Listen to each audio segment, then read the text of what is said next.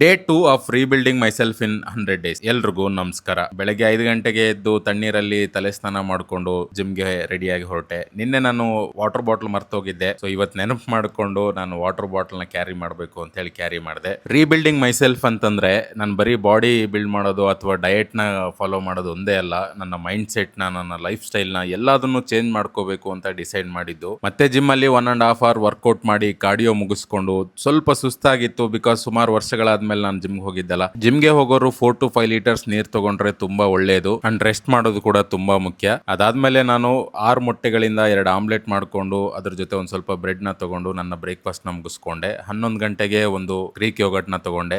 ನನ್ನ ದೋಸೆ ಪ್ಯಾನು ತಿಕ್ ಐರನ್ ಆಗಿರೋದ್ರಿಂದ ಅವಾಗ ದೋಸೆ ಹೇಳೋದಿಲ್ಲ. ಸೊ ಹಾಗಾಗಿ ಸೀಸನಿಂಗ್ ಮಾಡ್ಕೋತಾ ಇದ್ದೆ. ಸಾಲ್ಟ್ ಮತ್ತೆ ಆಯಿಲ್ ಹಾಕಿ ಚೆನ್ನಾಗಿ ಉಜ್ಜಿ ಅದನ್ನ ರೆಡಿ ಮಾಡ್ಕೊಂಡೆ. ದೋಸಾ ಪ್ಲಸ್ ನನ್ನ ಫೇವ್ರೆಟ್ ಬಾಯ್ಲ್ಡ್ ಎಗ್ ಬುರ್ಜಿ ಮಾಡ್ಕೊಂಡು ತಿನ್ಕೊಂಡೆ. ನನಗೆ ಮನೆಯಲ್ಲಿ ಗಿಡಗಳು ಬೆಳೆಸೋದು ಅಂದ್ರೆ ತುಂಬಾ ಇಷ್ಟ.